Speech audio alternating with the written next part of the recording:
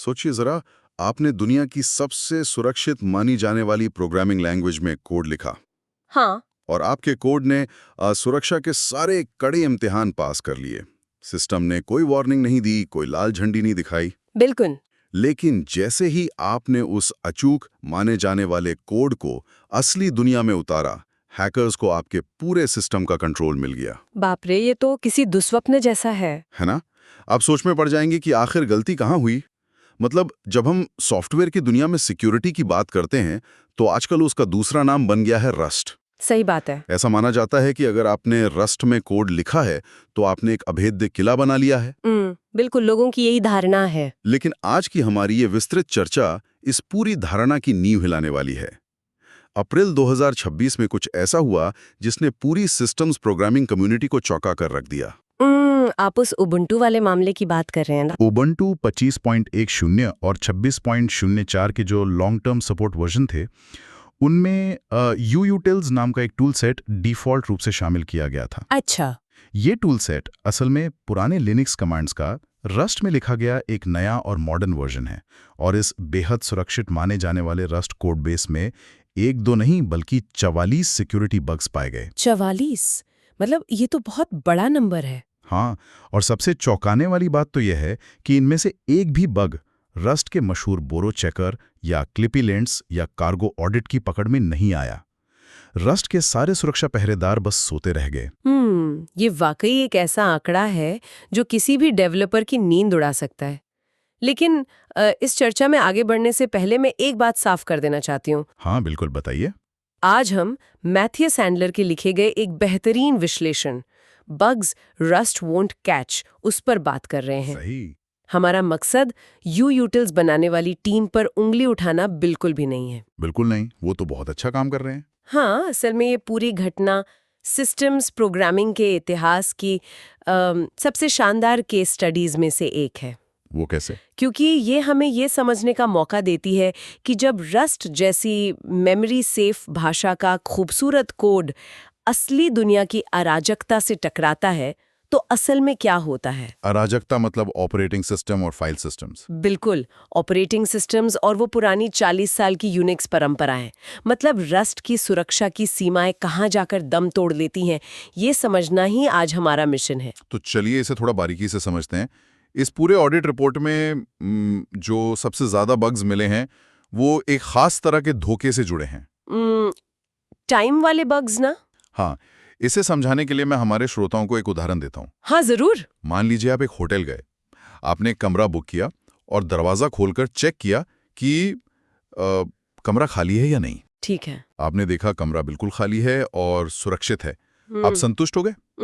फिर आप बस अपना सूटकेस उठाने के लिए पीछे पलटे और ठीक उसी मिलीसेकंड में कोई चोर चुपके से उस कमरे में घुस गया। बाप रे। अब जब आप सामान लेकर अंदर गए तो आप ये मानकर चल रहे थे कि कमरा सुरक्षित है, लेकिन असलियत आपके पलक झपकते ही बदल चुकी थी।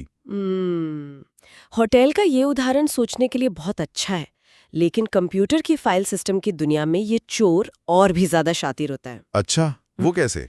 क्योंकि वो महज दरवाजे से अंदर नहीं आता, वो पूरा कमरा ही बदल देता है।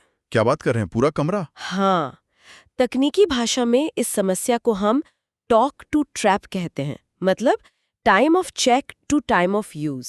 टॉक टू, अच्छा। हाँ, तो जब कोई प्रोग्राम आपके ऑपरेटिंग सिस्टम के कर्नल से कोई काम करवाता है तो वो सिसकॉल के जरिए बात करता है। ठीक है। इन 44 बग्स में से सबसे बड़ा हिस्सा इसी टॉक टू ट्रैप का शिकार था।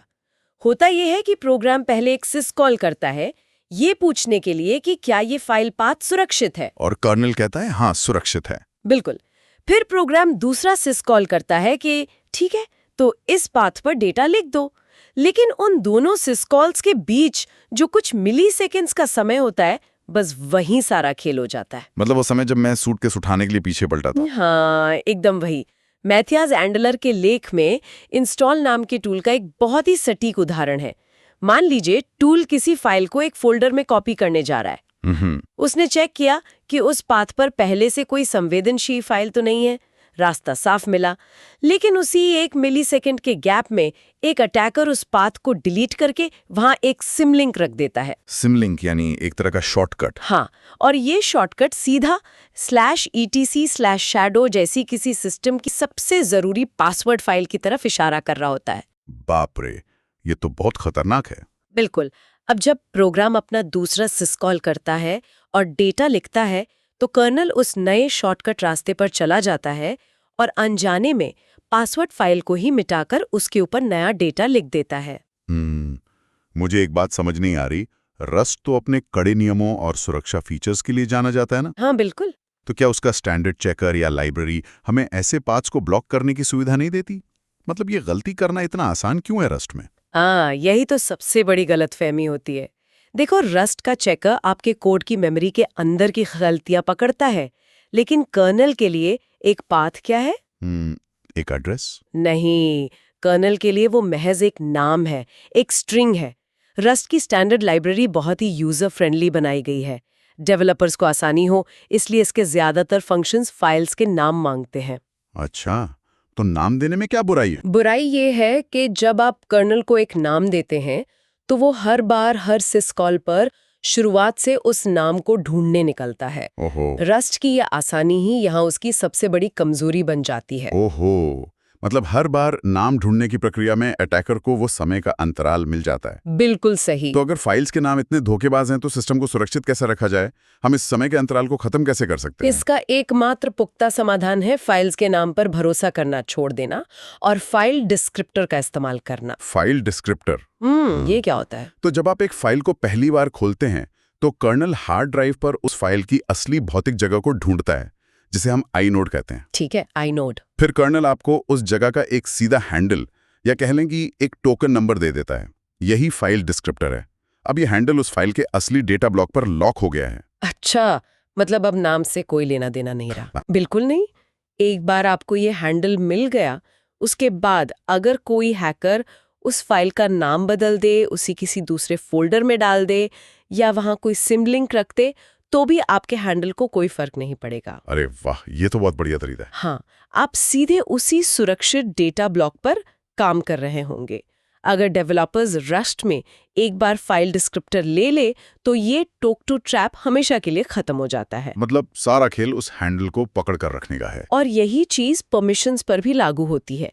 अगर आप फाइल पहले बनाते हैं और बाद में उसकी परमिशन बदलते हैं, तो बीच के समय में फाइल असुरक्षित रहती है। फाइल बनाते समय ही उसी पल उसकी सही परमिशन सेट होनी चाहिए। समझ गया। तो हमने देखा कि फाइल्स के नाम समय के साथ कैसे धोखा दे सकते हैं, लेकिन एंडलर का लेख बताता है कि समस्या सिर्फ समय की नहीं है। बिल्कुल नहीं, समस्या और भी गहरी है। हाँ, जब रस्ट कर्नल से बात करता है तो वो उन नामों को पढ़ता कैसे? असली झगड़ा तो वहां है और यहीं से शुरू होता है स्ट्रिंग्स का भ्रम। मुझे हमेशा से लगता था कि कंप्यूटर के लिए किसी फाइल का नाम बहुत ही स्पष्ट और परिभाषित होता है। हम अक्सर स्ट्रिंग की तुलना और फाइल सिस्टम की पहचान को एक ही मान लेने की भूल करते हैं। मतलब? दोनों अलग हैं। हाँ। मैं एक उदाहरण देती हूँ। एक बहुत ही क्लासिक सुरक्षा चेक होता है प्रिजर्व रूट। ये चेक इसलिए लगाया जाता है ताकि कोई भी इंसान या प्रोग्राम गलती से पूरे सिस्टम के रूट फोल्डर यानी सिर्फ स्लैश को डिलीट या मॉडिफाई ना कर दे। हाँ, रूट फोल्डर गया तो सब गया। बिल्कुल। अब मान लीजिए कोड में सिर्फ ये चेक लगा है कि अगर पाथ स्लैश के बराबर है तो रुक जाओ। लेकिन हैकर्स तो सीधे रास्ते चलते नहीं है। अगर मैं टर्मिनल में स्लैश की जगह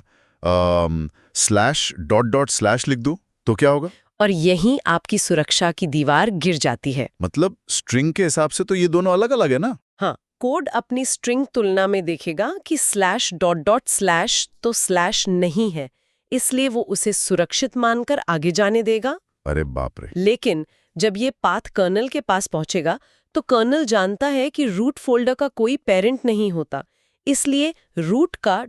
भी वापस रूट ही होता है। ओहो, और फिर वो सब कुछ डिलीट कर देगा? बिल्कुल।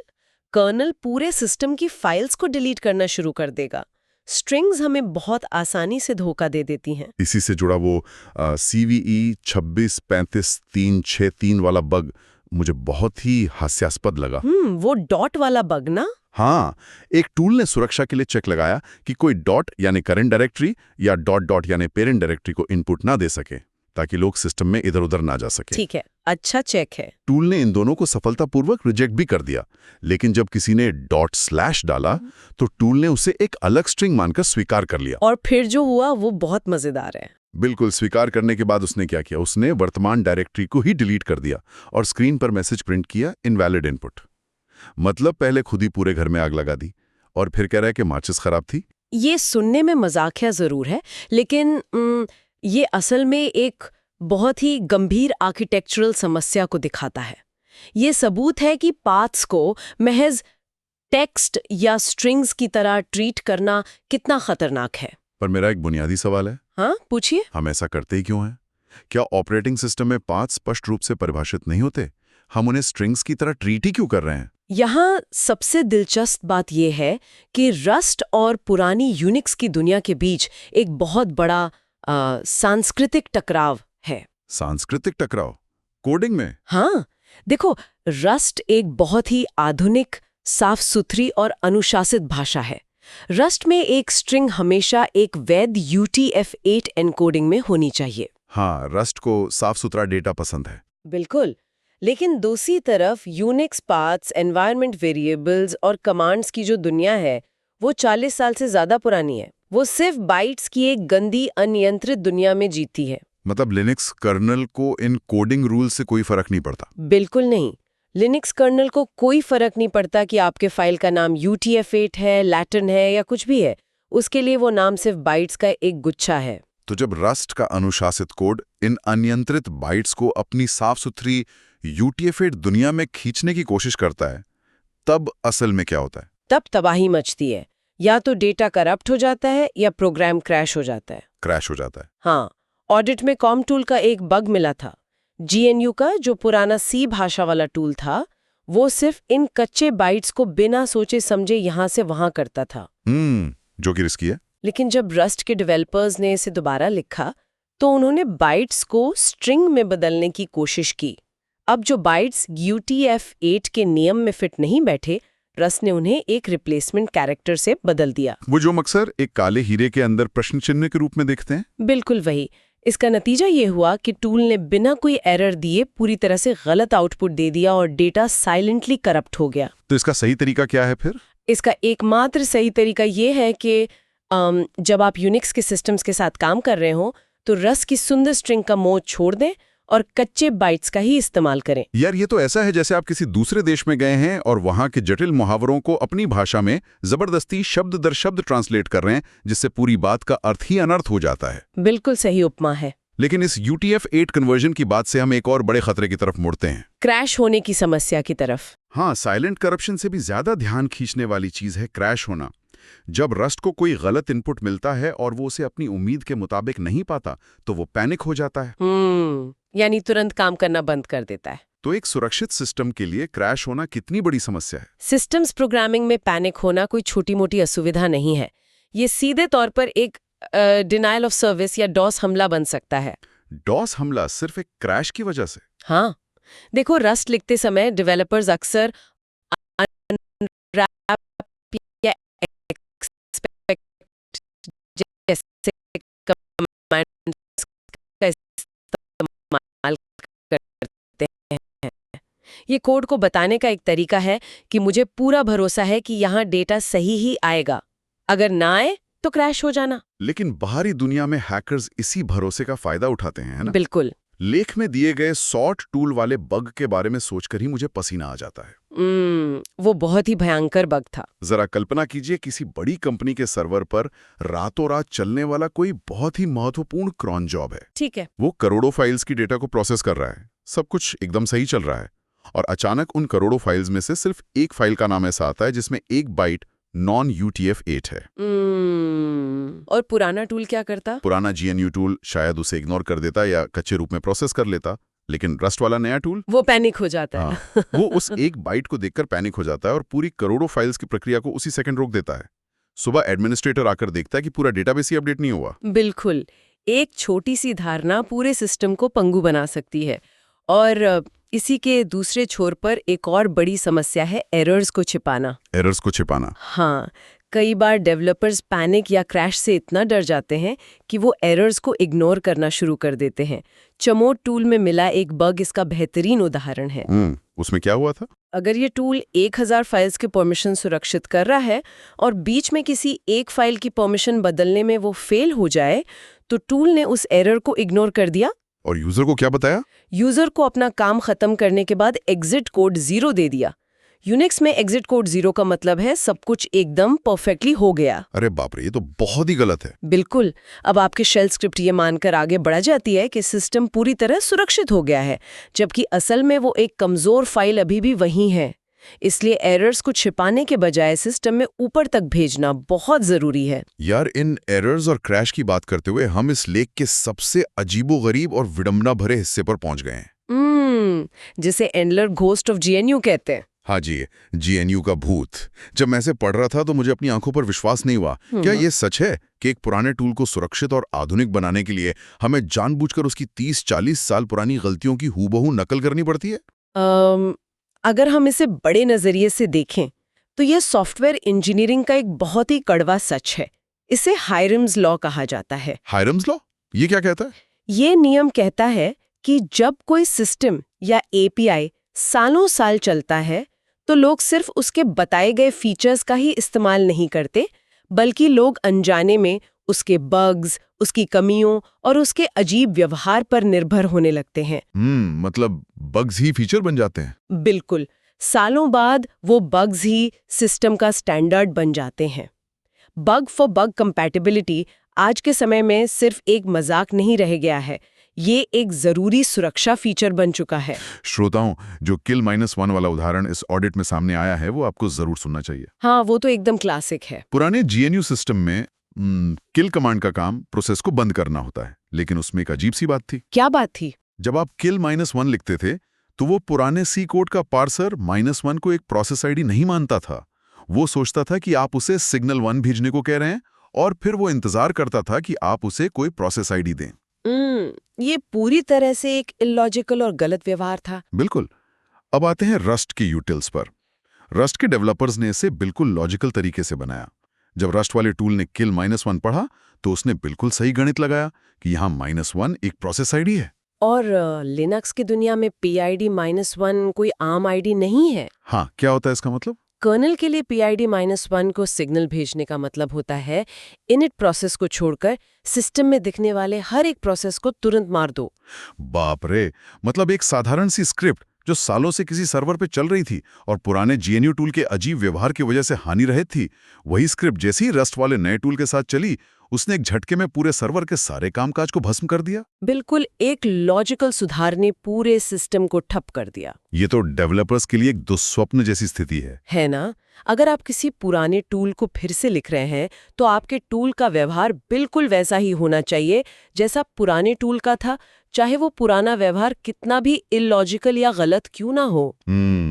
मतलब आपको पुराने बग्स को नए कोड में जिंदा रखना ही पड़ता है। हाँ, अगर आप उसे सही करने की कोशिश करेंगे तो दुनिया भर में चल रही हजारों लाखों ऑटोमेटेड स्क्रिप्ट्स गलत फैसले लेने लगेंगी और सर्वर क्रैश हो जाएंगे। ये एक बहुत ही निराशाजनक सच्चाई है। हम नई, सुरक्षित और तेज तकनीक लेकर आ रहे हैं, लेकिन हमें उसे उन्हीं पुराने टूटे हुए सांचों में ढालने के लिए मजबूर होना पड़ रहा है। सिस्टम्स प्रोग्रामिंग की दुनिया ही ऐसी है। खैर, क्रैश होने वाले और अजीब व्यवहार वाले इन बग्स से आगे बढ़ते हैं। अब बात करते हैं उस बग की जो शायद किसी भी सिस्टम एडमिनिस्ट्रेटर का सबसे बड़ा डर होता है। ट्रस्ट बाउंड्री वाला बग ना? हाँ, वो बग जो तब होता है जब हम सिस्टम की ट्रस्ट बाउंड्री को बिना सोचे समझे पार कर जाते हैं। आप निश्चित रूप से CVE 2635-368 की बात कर रहे हैं। ये पूरे ऑडिट का सबसे गंभीर और खतरनाक बग था। chroot टूल के अंदर local route code execution, right? बिल्कुल। तो असल में ये काम कैसे करता है? जहां तक मैं समझता हूँ, chroot का काम तो सिस्टम के एक हिस्से को बाकी सिस्टम से अलग थलग करना होता है। हाँ, एकदम सही। इसे एक जेल की तरह इस्तेमाल किया जाता है ताकि अगर कोई प्रोसेस हैक भी हो जाए तो वो उस फोल्डर से बाहर ना आ सके। तो फिर इस जेल के अंदर हैकर्स कैसे घुस गए? इसे ऐसे समझिए कि आप एक जेल बना रहे हैं। chroot कमांड उस जेल की दीवारें खड़ी करता है। ठीक है। सुरक्षा का सबसे बुनियादी नियम यह है कि आप कैदी को जेल के अंदर डालने से पहले ही उसकी पूरी तलाशी ले लें। लेकिन इस रस्ट वाले टूल में एक बहुत बड़ी आर्किटेक्चरल गलती हो गई। क्या गलती हुई? कोड ने पहले सिस्टम की रूट डायरेक्टरी को बदल दिया। यानी वो कैदी के साथ जेल के अंदर प्रवेश कर गया और उसके बाद उसने यूजर नेम को उसकी आईडी में बदलने के लिए सिस्टम को कॉल किया। मुझे इसमें दिक्कत समझ नहीं आ रही। जेल के अंदर जाकर यूजर नेम ही तो चेक कर रहा है, इसमें क्या खतरा है? खतरा इस बात में है कि लिनक्स सिस्टम यूजर नेम को कैसे रिजॉल्व करता है। यूजर नेम रिजॉल्व करने के लिए सिस्टम सिर्फ किसी टेक्स्ट फाइल को नहीं पढ़ता, बल्कि उसे बाहरी प्लगइन्स की जरूरत पड़ती है। अच्छा, कौन से प्लगइन्स? जिन्हें हम NSS मॉड्यूल्स कहते हैं। ये मॉड्यूल्स असल में डायनेमिक लाइब्रेरीज होती हैं जो सिस्टम के /lib फोल्डर में होती हैं। ठीक है, समझ रहा हूँ। आप सोचिए, क्योंकि आपका प्रोग्राम पहले ही ch रूट करके नई जगह यानी जेल में जा चुका है, वो असली /lib फोल्डर को नहीं देख सकता। ओहो। वो उस नई डायरेक्टरी के अंदर /lib ढूंढता है, और वो नई डायरेक्टरी शायद किसी अटैकर के कंट्रोल में है। बाप रे, मतलब अटैकर वहां पहले से ही अपनी बनाई हुई एक नकली डायनामिक लाइब्रेरी रख सकता है? बिल्कुल। और जैसे ही रस्ट का प्रोग्राम यूजर नेम रिजॉल्व करने की कोशिश करता है, वो अनजाने में अटैकर की उस नकली लाइब्रेरी को लोड कर लेता है और उसे चला देता है। और क्योंकि ch रूट कमांड हमेशा रूट अधिकार के साथ चलता है, तो अटैकर का वो कोड अब सिस्टम के सबसे ऊंचे अधिकार के साथ चल रहा होता है। एकदम सही, पूरा सिस्टम हैक हो चुका है। ये तो बहुत ही भयंकर है। हाँ, नियम बहुत सीधा है। ट्रस्ट बाउंड्री यानी जेल की दीवार पार करने से पहले ही सारे इनपुट्स को रिजॉल्व कर लें।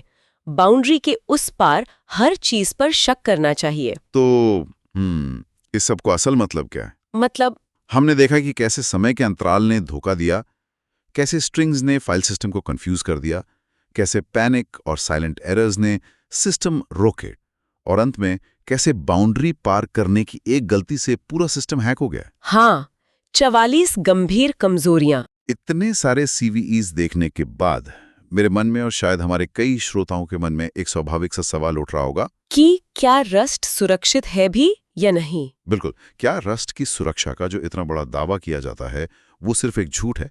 क्या हमें ये मान लेना चाहिए कि रस्ट उतना सुरक्षित नहीं है जितना प्रचार किया जाता है? मैं इस बात का बहुत ही दृढ़ता से विरोध करूंगी।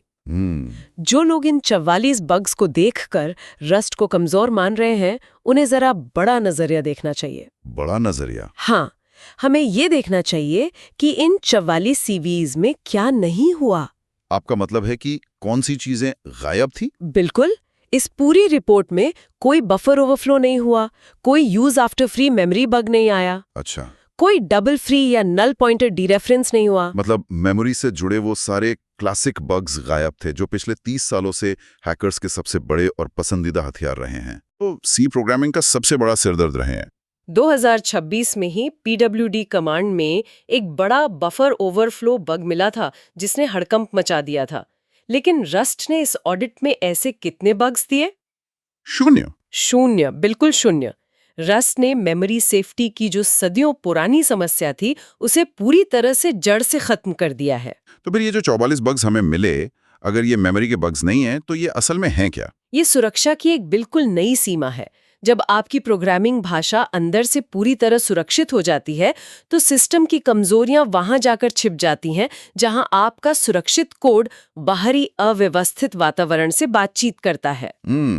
ये आपके साफ सुथरे लॉजिक और बाहरी सिस्टम की अराजकता के बीच का टकराव है। बिल्कुल। रस्ट आपको इस बात से बचा सकता है कि कोई आपके वेरिएबल के बाहर डेटा ना लिख दे, लेकिन वो ये तय नहीं कर सकता कि दो सिस्कॉल्स के बीच समय का अंतराल ना हो। हाँ, और वो ये भी तय नहीं कर सकता कि लिनक्स यूजर नेम रिजॉल्व करने के लिए बाहरी लाइब्रेरी लोड करेगा। सही कहा। ये आर्किटेक्चर और सिस्टम डिजाइन की समस्याएं हैं, किसी प्रोग्रामिंग भाषा की नहीं। यार, ये बहुत ही गहरी बात है, और शायद यही बात हमें इडियोमैटिक रस्ट यानी रस्ट को लिखने के सही और आदर्श तरीके की एक बिल्कुल नई परिभाषा की ओर ले जाती है। बिल्कुल। अक्सर लोग और डेवलपर सोचते हैं कि इडियोमैटिक रस्ट का मतलब है बहुत ही सुंदर साफ सुथरा कोड लिखना जो बोरो चेकर को खुश कर दे और देखने में अच्छा लगे। लेकिन मैथायस एंडलर अपने लेख में इस धारणा को पूरी तरह तोड़ते हैं। हाँ, यहाँ सबसे महत्वपूर्ण सवाल ये उठता है कि क्या कोड की सुंदरता सिस्टम की सच्चाई से ज्यादा अहम है? एंडलर का स्पष्ट मानना है कि असली इडियोमैटिक रस्ट वो है जो सिस्टम की कड़वी सच्चाई को बिना किसी परत के बयां करे, भले ही वो सच्चाई देखने में बदसूरत क्यों ना हो। मतलब अगर यूनिक्स पाथ्स असल में सिर्फ कच्चे बाइट्स हैं, तो उन्हें जबरदस्ती सुंदर स्ट्रिंग में मत बदलिए। भद्दे दिखने वाले बाइट्स का ही इस्तेमाल कीजिए। बिल्कुल। और अगर फाइल के नामों पर भरोसा नहीं किया जा सकता, तो सुंदर दिखने वाले पाथ एपीआईज को छोड़कर 40 साल पुराने फाइल डिस्क्रिप्टर वाले तरीके अपनाइए। मतलब सिस्टम्स प्रोग्रामिंग में सच्चाई और सुरक्षा कोड की सुंदरता से कहीं ज्यादा मायने रखती है। आपको सिस्टम जैसा है उसे उसी रूप में स्वीकार करना ही होगा। तो अंततः हमारी आज की इस विस्तृत चर्चा से जो सबसे बड़ी सीख निकल कर आती है वो ये है कि सिर्फ एक सुरक्षित प्रोग्रामिंग भाषा का चुनाव कर लेना ही काफी नहीं है। एकदम सही बात है। रस्ट यकीनन एक बेहतरीन अभेद्य कवच है, लेकिन अगर वो कवच बाहरी अव्यवस्थित दुनिया जैसे पाथ्स, बाइट्स, सिस्कॉल्स और डायनेमिक लाइब्रेरीज इनके साथ सही तरीके से बातचीत नहीं करता, तो आपका सिस्टम कभी सुरक्षित नहीं हो सकता। आपको उस बाहरी दुनिया की अराजकता को समझना और उसे स्वीकार करना ही होगा। बिल्कुल। रस्ट ने हमें उन पुरानी थका देने वाली मेमोरी समस्याओं से हमेशा के लिए आजाद कर दिया है। अब हमारे पास ये सोचने का समय और ऊर्जा है कि हम सिस्टम्स के बीच के इन जटिल इंटरैक्शंस को कैसे सुरक्षित बनाएं। ये सुरक्षा की एक नई, अधिक चुनौतीपूर्ण और कहीं अधिक दिलचस्प लड़ाई है। बिल्कुल है। और इसी के साथ हमारी आज की ये विस्तृत चर्चा यहीं समाप्त होती है। लेकिन जाने से पहले हम आप सभी श्रोताओं के सोचने के लिए एक गहरा सवाल छोड़ना चाहते हैं। वो क्या? इस पूरी चर्चा ने मुझे एक बहुत ही अजीब सी दुविधा में डाल दिया है। सोचिए जरा, अगर रस्ट जैसी इतनी आधुनिक, इतनी सुरक्षित और शक्तिशाली भाषा का पूरा फायदा उठाने के लिए भी हमें आज 40 साल पुराने सी भाषा वाले फाइल डिस्क्रिप्टर तरीके इस्तेमाल करने पड़ रहे हैं और जीएनयू के अजीबोगरीब पुराने बग्स की हूबहू नकल करनी पड़ रही है, तो क्या हम वास्तव में सॉफ्टवेयर डिजाइन में आगे बढ़ रहे हैं? ये सोचने वाली बात है। या फिर हम अनजाने में ही सही हमेशा के लिए यूनिक्स के उन दशकों पुराने डिजाइनों और गलत फैसलों के बंधक बन चुके हैं, जिनसे हम शायद कभी आजाद नहीं हो पाएंगे। बहुत ही गहरा सवाल है ये। सोचिएगा इस बारे में।